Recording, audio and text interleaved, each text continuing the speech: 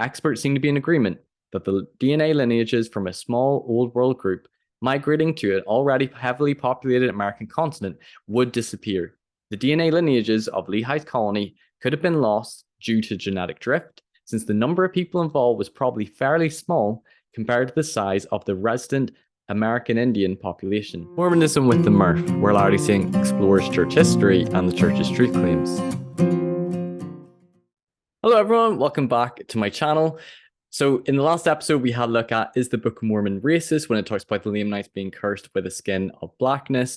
Critics would say this came from the mound builder myth and Joe Smith's racist culture, and this is evidence that this is a 19th century text. We had a look at some of the apologetics or faithful reconciliations, that this is part of ancient civilizations, tribalism, the us versus them, and labeling each other as dark, savage, and is this curse? Is this skin of blackness? Is this a literal curse, perhaps? Or is it more allegorical, a symbolic curse referring to their darkness in countenance and the Nephites being racist?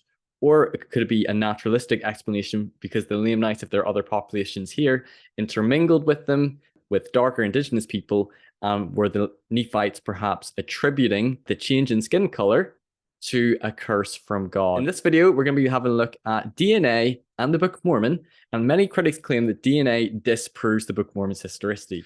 I know that my last videos have been a little bit on the long side, and this video I have so many slides, so many quotes prepared, and I'm going to try to change my format. I'm going to be doing more of a scripted video. It's going to be more me presenting. I'm still going to try to be thorough, but I'm going to try to condense it as much as I can. I'm going to put all the quotes on the screens, so make sure you're following along as well and check out the sources so you can dive a little bit deeper. So we're going to be discussing sort of 5 main points. Number 1, does DNA disprove the Book of Mormon's historicity?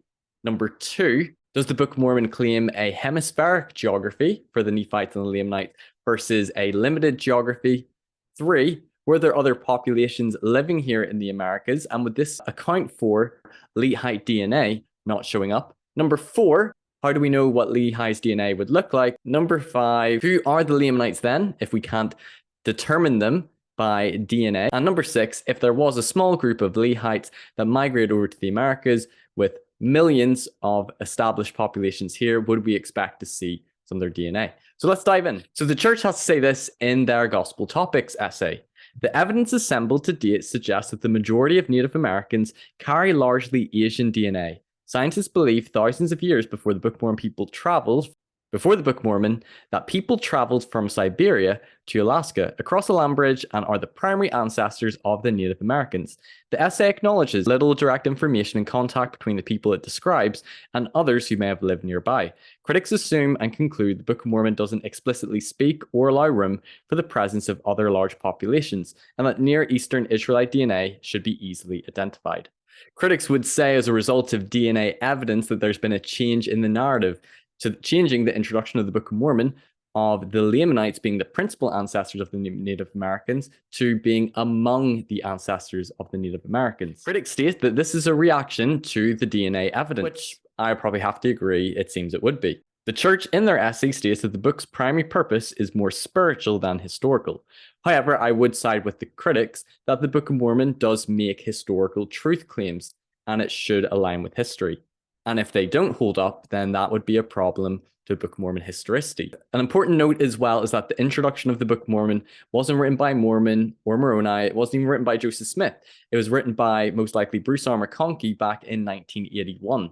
So the text of the Book of Mormon itself does not claim that the Lamanites are the principal ancestors of the Native Americans. Scientists do state that of all Native Americans, which have been DNA tested with mitochondrial DNA, that 99.4% descend from Asia, not the Middle East.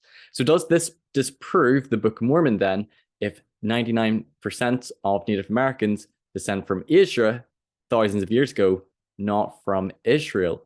One scientist, Jamie Handy, said that this change to the introduction of the Book of Mormon is of huge significance, and that the church is trying to encourage people to mistrust science or view it as tentative. She says that DNA is definitive, DNA is trusted, DNA is part of our lives now. There is nothing in which to be afraid. DNA is just information, lots of information. In a seminary and institute manual, the church is stating that attacking the Book of Mormon's history is a new tactic of modern critics and enemies of the church. She also goes on to state how this is a huge shift, growing up with the narrative that the Lamanites are the primary ancestors of Native Americans and that they all descend from them.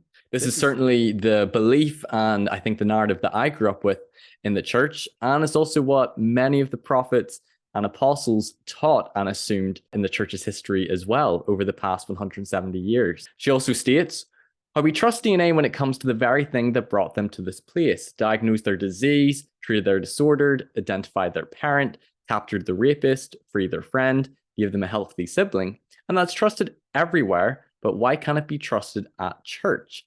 Is it because this has a problematic implication upon the Book of Mormon's narrative and truth claims? So what did Joseph Smith and early church leaders believe about the origin of the Native Americans? Joseph Smith said in November 1835 that Indians were literal descendants of Abraham, as told to him by Moroni, when visited by him about the gold plates, and that the Book of Mormon is a record of the ancient and former inhabitants of this continent, and speaks of the source by which they sprang. So is Moroni, is he speaking of all the inhabitants of the Americas? Is he speaking about a particular group or civilization? Matthew Roper states, while Moroni may have stated that the Nephites and Lamanites were former inhabitants, that does not mean they were the only ones. And it doesn't mean that the Book of Mormon tells us everything about Native American ancestry, and that we can accept Joseph's account of the description of ancient inhabitants of the Promised Land without possessing all of it. It would appear Joseph Smith believed the Jaredites, Nephites, and Lamanites were the principal inhabitants of the Americas and the remnant of the Lamanites inhabiting this country, as he discussed in his Wentworth letter. Other church leaders such as Gordon B. Hinckley, Thomas S. Monson, and James E. Faust, as well as Spencer W. Kimball, all taught and believed that Native Americans are the children of Lehi, that they descend from him. Spencer W. Kimball stated that the Native Americans are not Orientals or Asians crossing the Bering Strait, but are literal descendants of Lehi, going against what the theory of scientists was at the time. However, the church now acknowledges that the science confirming the primary ancestors of Native Americans come from Asia, not the Middle East. And there's even some quotes from President Kimball that as the Native Americans convert and join the church, that their skins would change from dark to white, and they become white and delightsome, as the Book of Mormon prophesies about. So it would appear that Joseph Smith and early church leaders believed that the principal ancestors of the Native Americans are the Lamanites. And critics would then say, well, DNA disproves that they have Israelite DNA heritage, and thus the Book of Mormon is proven false. However, is it quite as simple as this? First of all, how do we know what Lehi's DNA would look like? Is it typical Jewish DNA that we would see today? The Church's Gospel Topics essay states that we don't know what Lehi's DNA would look like, we don't know about the DNA of Book of Mormon peoples, and there is good reasons to believe it would go undetected and their DNA markers wouldn't remain, and that DNA studies can't conclusively affirm or reject Book of Mormon authenticity. So critics might claim that, Lehi claims to come from Jerusalem, he is a descendant of Joseph, and that we should be able to find evidence of his DNA, Israelite DNA, and that this DNA would be passed on to his descendants. Critics might respond that the Book of Mormon speaks of Lehi's ancestry descending from Joseph of Egypt, who was the son of Jacob, signifying that he is a biological descendant of the Jews. Farrer responds, the reality, however, is that Israelite, like Jew, Mormon, or American, is a cultural rather than biological definition. Other than a few extreme examples, current Jewish populations do not necessarily reflect the DNA makeup of ancient Israelite populations. Second, even anciently, the Israelites were comprised of various differing cultural backgrounds. By the time Jesus was born, the Jews were an even more genetically diverse group. And Lehi was from the tribe of Manasseh. Ishmael was from the tribe of Ephraim. They were from Joseph. That was part of the 10 lost tribes taken by the Assyrians 120 years earlier. So who knows what their DNA would look like? And the church's own essay talks about how it would be impossible to determine what Lehi's DNA would look like, what we would expect to see. Apart from the difficulty of establishing what Lehi's DNA would have looked like compared genetically tested Jews today, would we expect to see DNA markers if the small group of Israelites intermingled with vast populations already living here? So this comes from respondingcsletter.com to the DNA issue. They have to say that scientific studies also indicate that the Americas were populated with so many people in 600 BC that the DNA of one family would have changed nothing. Despite the claims of several publications, no genetic studies have been designed or performed to identify the original DNA genome of the Lehites. Consequently, claims that they never inhabited this continent are based upon speculation. It is impossible to accurately identify the DNA sequencing that could be used to positively identify individuals of Jewish ancestry, despite its easily identifiable social grouping through the ages. The Lehites were not Jewish, and discovering their exact genome would be even more difficult. Lehi's colony comprised perhaps 24 members. That they might have had a detectable impact in the gene pool already existing on this continent is naive. Geneticists give 3 other possible explanations for how DNA markers could disappear. One is population bottleneck. Mitochondrial DNA is passed on by the mother to the daughter. So if many sons are born, the DNA markers won't pass on. Or if a large part of the population is wiped out due to war or disease, and the Nephites were wiped out at the end of the Book of Mormon, the designation Lamanite was also given to all those who were not followers of Christ and not necessarily to a genealogical or biological designation. The second is genetic drift. The effect of drift is especially pronounced in small isolated populations or in cases where a small group carrying a distinct genetic profile intermingles with a much larger population of a different lineage. Number 3 is the founder effect. This type of genetic bottleneck happens when a small group leaves a larger group, as with the Lehites or the Mulekites leaving a larger Israelite group. In some of these occurrences, the smaller group contains only a fraction of the genetic markers of the larger group, which is often the case when a small group is isolated from the larger group. In these instances, the smaller group's DNA signature is significantly different than that of the group's origin. Thus, for the Book of Mormon, the DNA sampling of the Lehites and Mulekites, if we had it, may not accurately reflect the DNA markers of their Israelite heritage. So we don't know exactly what Lehi's DNA would look like. Should it resemble what we would expect Israelite DNA to be? Lehi descends from Manasseh, not from the tribe of Judah. And if a small group of Lehites intermingled with already millions of populations that are already here, as science tells us, would we expect to see any trace of their DNA?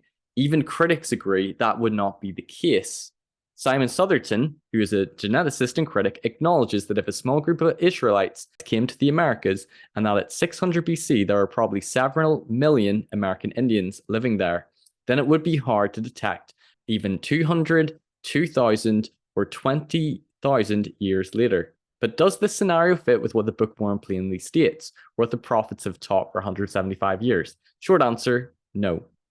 So the premise that DNA disproves the historicity of the Book of Mormon is dependent upon a hemispheric model of the Book of Mormon geography, and that they were the only peoples here, and that they didn't intermingle with other large populations, and that they were the single main inhabitants upon this continent. If that is the case, then yes, DNA would disprove the Book of Mormon. However, a limited geography and a small insertion of Lehites among vast populations already living there is even acknowledged by critics that their DNA markers wouldn't be visible today. And I think that is really key of the debate, not so much about DNA, but does the Book of Mormon claim a hemispheric geography and that they were the only peoples living here? Farr supports that those who accept a limited geography model would not be surprised that the majority of Native American DNA doesn't match purported Lehite DNA. Under this model, a small number of Lehites landed in the Americas and intermarried with other populations in the hemisphere. After 2,600 years, any Lehite markers would be swamped by other people's genetic markers. Just as a drop of red dye won't turn a swimming pool red, a few Lehites added to a limited geography's model hemisphere of inhabitants will have little or no detectable genetic influence today.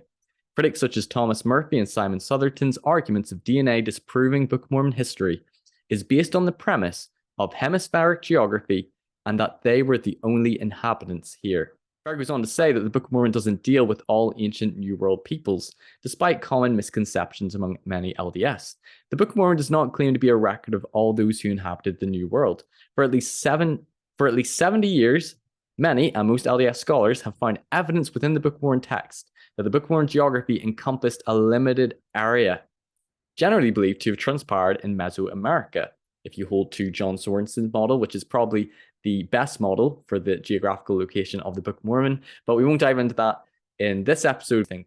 Book of Mormon geography in Mesoamerica is what I find most striking. Check out John Sorensen's work and Brant Gardner's for Book of Mormon geography in Mesoamerica. I would have to recommend this book, An Ancient American Setting for the Book of Mormon by John Sorensen, and the Book of Mormon as History from Brant Gardner, if you want to check out their work, and we'll maybe cover on a future video. But anyway, so LDS scholars have found evidence within the Book of Mormon text that the Book of Mormon geography encompassed a limited area, and that Book of Mormon peoples interacted with pre-existing populations. Blake Oster says, any person who believes that the Book of Mormon is what it claims to be will also take seriously what the Book of Mormon itself claims with respect to its geography. For those who have taken the time to actually map out and look at the distances involved in the Book of Mormon, the assertion that the Book of Mormon claims to be a history of all inhabitants of ancient America is absurd on its face. And even if the writers of the Book of Mormon made such a claim, clearly those involved in the record keeping, assuming these to be historical persons, could not possibly have known from their epistemic position that their assertion was true. They simply did not have the extensive geographical knowledge necessary to make such a claim. As scholars have looked at the distances traveled, Book of Mormon geography really isn't any more than 200 miles by 500 miles, and our assumptions or beliefs of understanding that the Book of Mormon as a hemispheric model, land northward being North America, land southward being South America, and Panama being the narrow neck of land, was really based on not a close critical reading of the text. So it appears that the Jaredites, the Nephites, the Mulekites, the Lamanites, they existed in a very small portion of geography in Mesoamerica. If they had existed in Central America, then they would have dominated much of the landscape, and most of North and South America would have been left unexplored and uninhabited. So it seems to be an incorrect assumption from Joseph Smith and early church leaders for about 170 years that the Book of Mormon is referring to the entire continent of North and South America. It wasn't until scholars started analyzing the distances traveled that they realized there is no way, if you take the Book of Mormon seriously, as Oster states that we should, that the Book of Mormon could be hemispheric and could therefore be the only inhabitants of this continent, going against both what science says about millions of people already existing in the Americas and going against the landmass as described in the text. The conclusions are rather dependent upon incorrect assumptions about them being the principal ancestors of all Native Americans and existing in a hemispheric geography model. Critics might state that this is just changing the goalposts, or this is a very convenient way to make Lehi DNA untestable in the realm of you can't disprove it, and this is very convenient. But is this convenient, or is this realistic based upon what the text is telling us, reading the text carefully and understanding it in light of history and science? Some critics might push back with some reasons to believe that the Book of Mormon itself claims that the Nephites and the Lamanites inhabited the entire continent of North and South America, and they don't speak of other populations living here. For example, critics might use Helaman 3 verse 8, and it came to pass that they did multiply and spread, and did go forth from the land southward to the land northward, and did spread insomuch that they began to cover the face of the whole earth, from the sea south to the sea north, from the sea west to the sea east. Critics would say, does the Book of Mormon even say that the Lehites, Jaredites, and Mulekites were just a tiny handful of people who were quickly absorbed into another ethnicity? Or does it say they filled the land, built great cities, and fought wars that involved hundreds of thousands, even millions? So the distances they traveled in the Book of Mormon, like the main geographical locations and cities, it's only a number of days that they're traveling in the Book of Mormon. And also this language of filling the face of the whole land, this is scriptural poetic language, which pretty much means the land as they see it. They wouldn't have had a bird's eye view of the entire continent of North and South America. They didn't have a map to know just how big it was. And Brant Gardner acknowledged me that while battles occur quite frequently on the East and the West Sea, they never get close to the North or the South Sea, which would fit with John Sorensen's Book of Mormon geography model. Also, the phrase the face of the whole earth is used in other biblical locations, but it's not referring to the entire earth or entire stretch of land, but their geographical location. So other populations, could there have been other populations here? Science says that there definitely were, that there are millions of people that were already here in the Americas when Lehi and his family supposedly arrived. But does the Book of Mormon allow for it? Critics would say that the Book of Mormon makes no explicit mention to other peoples living here in the Americas. Even some church leaders believe this as well. Apostle Mark E. Peterson said that if there had been large numbers of other peoples here when the Jaredites came, or when Lehi arrived, certainly the Book of Mormon would have said so. This land was reserved for the Lord's purposes and for his peoples, and the Book of Mormon provides their histories. So the assumption and belief in general understanding is that the Nephites, Lamanites, Mulekites, Jaredites, that they came to the promised land and that they inhabited an empty continent and that there weren't other civilizations here, and that Native Americans are the descendants of them, that they populated the whole Americas. However, critics would point to scripture passages not supporting the belief of other peoples existing. For example, 2 Nephi 1, Lehi speaks of obtaining a land of promise, and that they shall be kept from the knowledge of other nations, and that they shall keep this land unto themselves.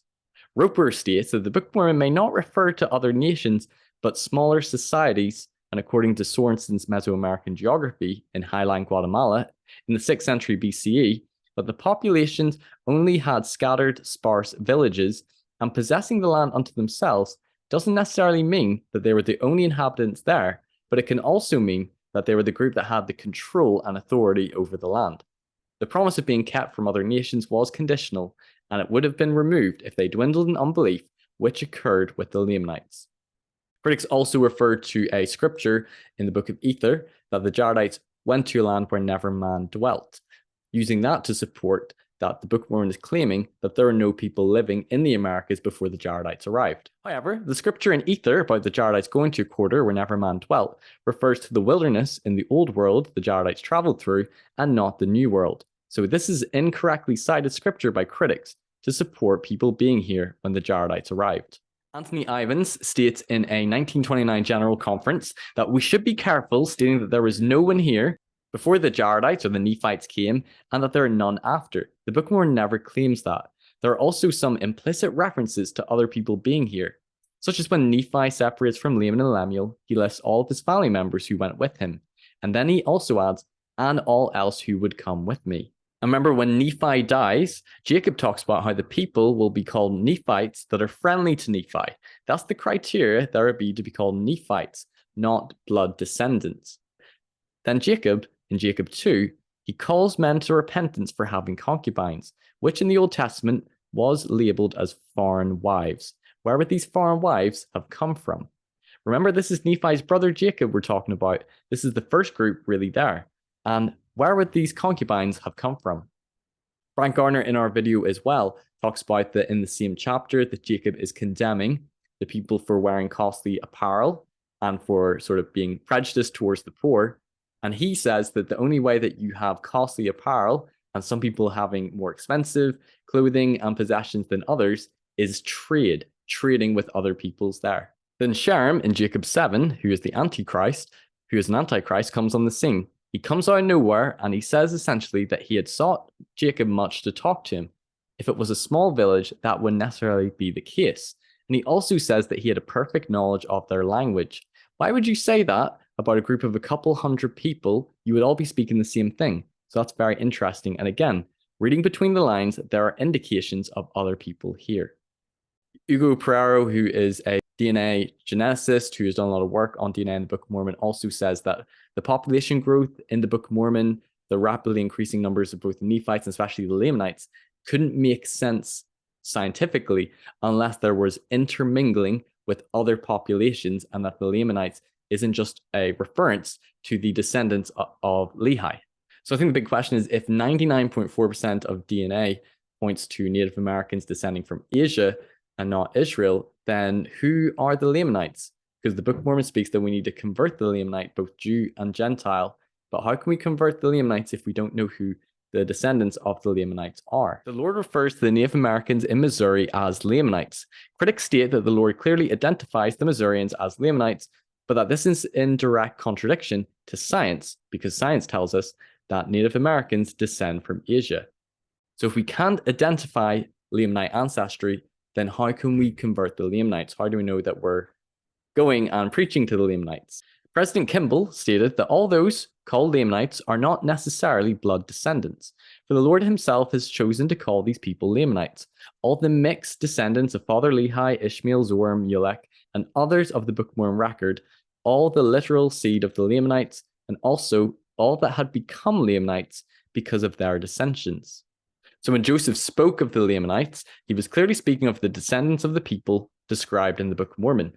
The Book of Mormon describes people as either being Lamanite, either by lineage or also through dissension. Modern population studies have also suggested that after about 2,000 years, all those that lived at an earlier time and had descendants would be ancestors of everyone living today. This would make all of the inhabitants of the New World in both North and South America, to some degree, all could be properly referred to as Lamanites. This is a recent development, and many earlier statements were made without knowledge. Early in the Book of Mormon, Lamanite refers to descendants of Laman and Lemuel, but hundreds of years later it states those who had descended from the church were deemed Lamanites. Whether by blood or dissension, Native Americans could correctly be labeled as Lamanites, and all those that lived 2,000 years ago would have intermingled and would have had blood descendants even though their DNA trace wouldn't be found. Book of Mormon Central goes on to say, supporting this, Latter-day Saints therefore need not abandon the long-standing belief originating with Joseph Smith and carried on by every prophet since, that Lamanites, or the children of Lehi, can be found all throughout the Americas, although this should be viewed more as a cultural and genealogical construct and not as genetic legacy.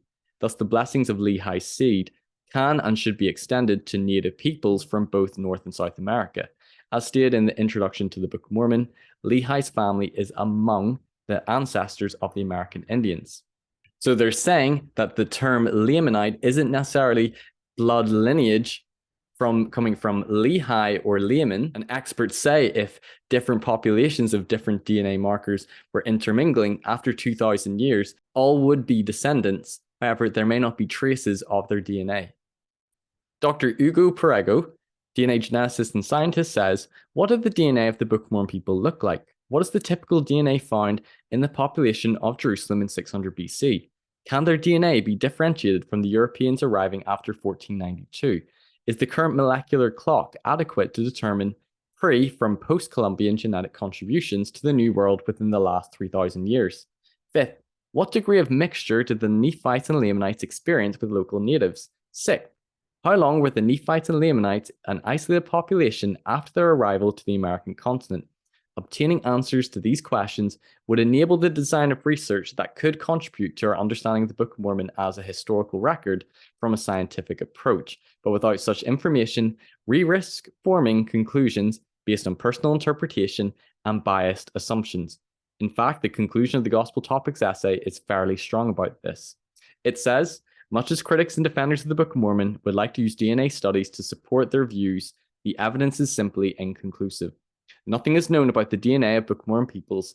Even if such information were known, processes such as population bottleneck, genetic drift, and post-Columbian immigration from West Eurasia make it unlikely that their DNA could be detected today. Perego also talks how the Book of Mormon is a lineage history and it isn't a full history of all the peoples that were living there. The Book of Mormon speaks very infrequently about the Lamanites except for whenever they have wars with them. And we shouldn't expect it to be a full account of other civilizations living there in the Americas, and especially if they just lived on a small geographical landmass 200 miles by 500 miles. The fact that the DNA of Lehi and his party has not been detected in modern Native American populations does not demonstrate that this group of people never existed, nor that the Book of Mormon cannot be historical in nature. The absence of evidence is not evidence of absence. The very idea of locating the genetic signature of Lehi's family in modern population constitutes a truly untestable hypothesis, since it is not possible to know the nature of their genetic profiles. Without our knowing the genetic signature to be located, any attempt at researching will be unavoidably result in further assumptions and untestable hypotheses. Experts seem to be in agreement that the DNA lineages from a small old world group migrating to an already heavily populated American continent would disappear. The DNA lineages of Lehi's colony could have been lost due to genetic drift, since the number of people involved was probably fairly small compared to the size of the resident American Indian population.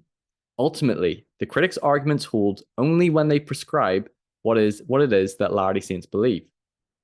Since neither the Book of Mormon or the Church's doctrine explicitly indicates that all Native Americans descend from the Book of Mormon, the critics' arguments are on a weak footing at the outset. I'm going to finish with what the Church says in its Gospel Topics essay before we summarize what we've talked about in this video. As As Elder Oaks of the Quorum of the 12 Apostles observed, it is our position that secular evidence can neither prove nor disprove the authenticity of the Book of Mormon.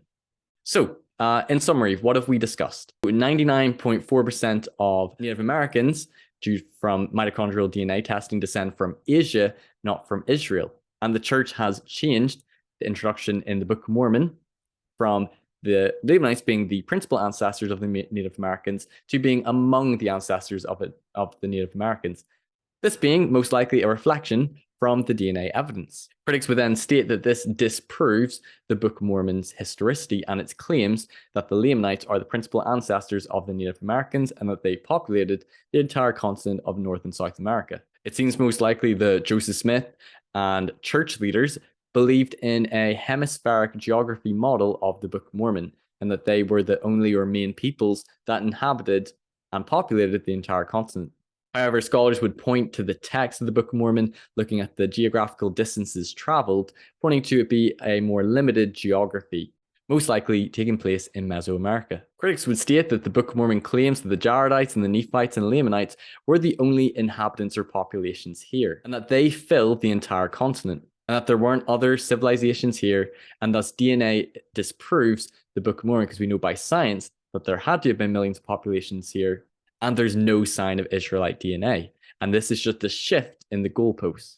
We're changing the narrative so Book of Mormon cannot be disprovable. Apologists pointed there are implicit references that there had to have been other people here. The Book of Mormon doesn't claim there wasn't, and it's more of a lineage history focusing more upon the Nephites, and science also supports that there were millions of people here when the Nephites and Lamanites arrived. Apologists and scholars also say that there's no way that we can determine exactly what Lehi's DNA should look like if it would reflect Jewish DNA as we understand it. The likelihood of those traces of the DNA markers showing if a small group of 20 or 30 Lehites intermingled with millions of people that were already here in the Americas is highly unlikely. And if they intermingled with millions of natives in a small geographical landmass of the Americas, then it's not surprising that there's no trace of their DNA. So if the Book of Mormon explicitly claimed a hemispheric geography model and that the Native Americans descend from the Lamanites and that they're the only peoples here, then yes, the Book of Mormon would be debunked and disproven by DNA. And that is the critics' position. And they would say that is the position the church has had and what church leaders have taught. However, these beliefs or understanding was based upon incorrect assumptions, and that is not what the text claims itself. This was perhaps a simplistic understanding or reading of the text that leaders and members had. Even critics acknowledge that if a small group of Lehites intermingled with large populations here, it wouldn't be surprising that there'd be no trace of their DNA. So does DNA disprove the Book of Mormon? Depends. You're adamant that the Book of Mormon claims a hemispheric geography.